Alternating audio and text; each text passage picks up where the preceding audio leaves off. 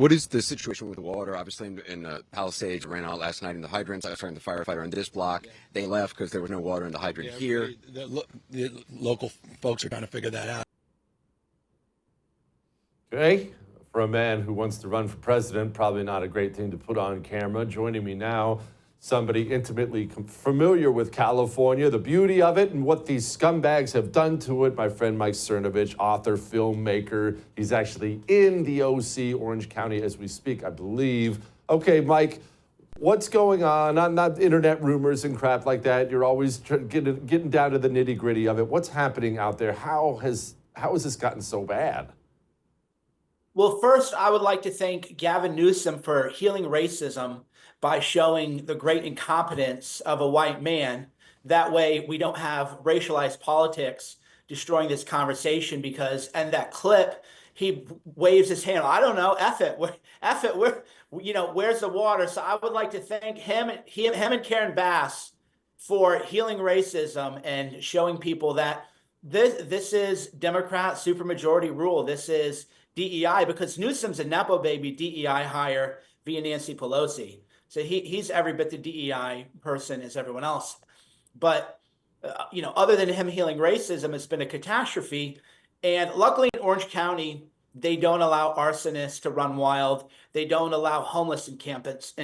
So here's what happens every time we have these California wildfires. The narrative becomes climate change.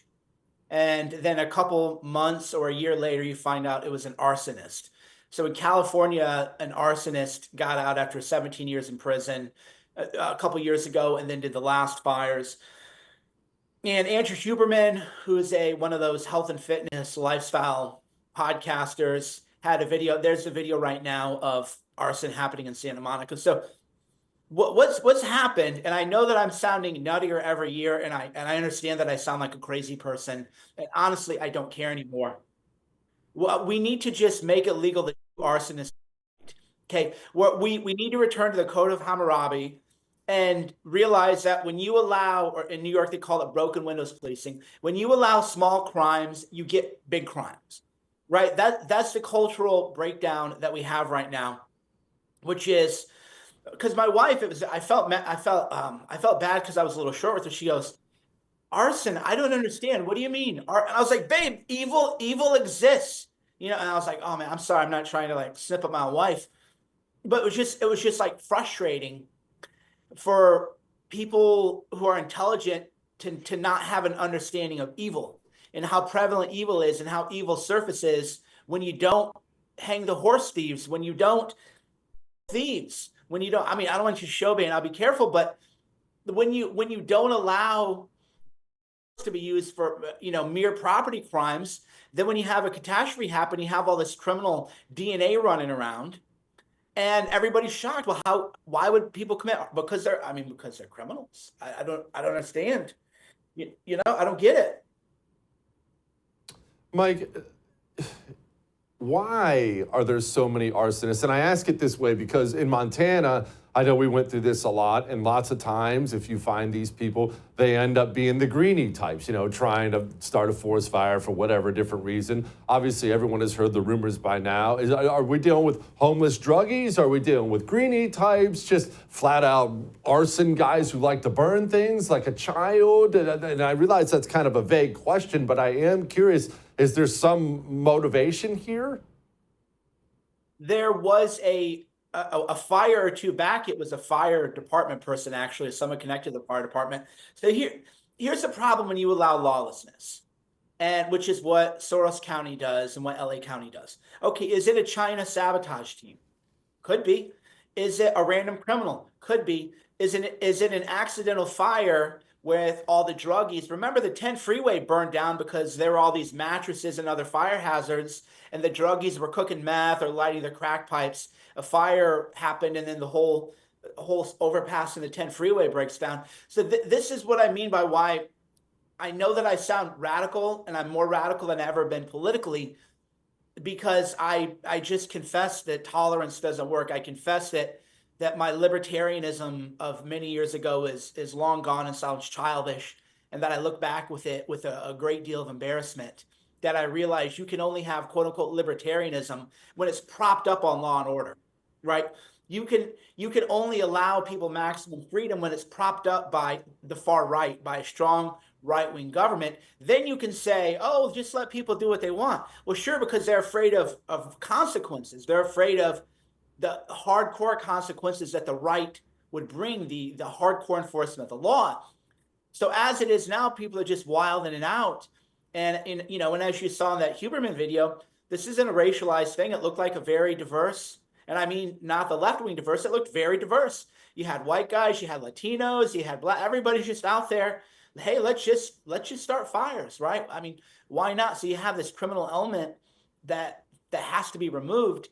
And unfortunately, a lot of people like myself were had these embarrassing views, this embarrassing, libertarian views that we should be ridiculed for having ever had, right? We should be ridiculed and mocked for it. And it's unfortunate to see people like Rand Paul, who I admire a great deal, that it'll kind of surface, right?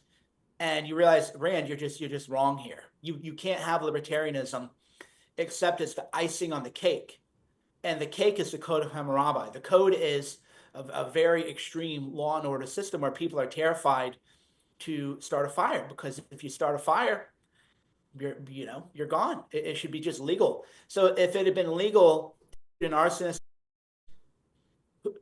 whether it's China, a druggie, or someone else, they wouldn't be lighting these fires, right? We wouldn't even have to be having this conversation. Yeah, I had a guy tell me one time that he had to spend some time in Franco, Spain. And he said, look, Jesse, it was the type of place where you're going to go to the clink if you get caught with a bag of weed, but it was also the type of place where you could go into the Capitol and leave your car unlocked in the middle of the night and no one's going to touch it. And it was very, very clean. Dubai's that way, and Singapore is that way. And then you see these libertarians say, well, why don't we have the immigration system of Dubai? Well, I'll take that, but if that means you insult the king, if you insult the people, then you're booked. Or if you commit a so-called petty crime. Here's where, I don't know, maybe we're going too far afield, but I think they're connected. The conditioning that I had to reject, the embarrassing lawlibtarianism that had infected my mind, was that there's such a thing as a property crime, right? There's such a thing as a petty crime. And the answer is, no, there isn't. There isn't. That's just what people can get away with. And people are going to get away with larger crimes if they can. So if you don't enforce the law hard on these so-called petty crimes, then you're going to get arson, because you leave this criminal element running free. And everybody thinks, well, now's the time to just be a criminal and run wild. So all these problems are the fault of Democrats in California, but also the libertarianism that infected the Republican Party, and to my great embarrassment and shame, had once infected my own mind. Yeah, like most dudes out there, I'm obsessed with crime, organized crime stories, Italian mafia, cartel, things like that. And as I read books on it and dig through it, I don't know that I can think of a single one that didn't start out as a thief. Every single one of them started out doing property crimes. Every single one of them, to a man. Escobar, Albert Anastasia, all of them. Yeah. You look at the organized crime began with small so-called petty crime, but then you need a gang to protect your crime. And then next thing you know, you have a gang. So it's a gang. They do gang things. And then all of a sudden you have all these problems. So my hope is that everybody is going to the right.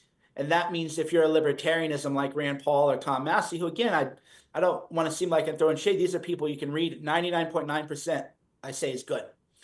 But then Law and Order comes up, and they suddenly are like, this little libertarian stuff coming out. No, gentlemen. Your libertarianism is a luxury that can exist only on top of a very strong right-wing enforcement mechanism. Well, Mike, my man, appreciate you. Come back soon. All right. I would thank you for coming to my YouTube channel, but I know how brilliant it is, and I know you love it here. So subscribe and watch. We're going to start really ramping things up and putting some funny stuff, some interesting stuff out there, some collaborations. Either way, my YouTube channel is officially the place to be. So stick around.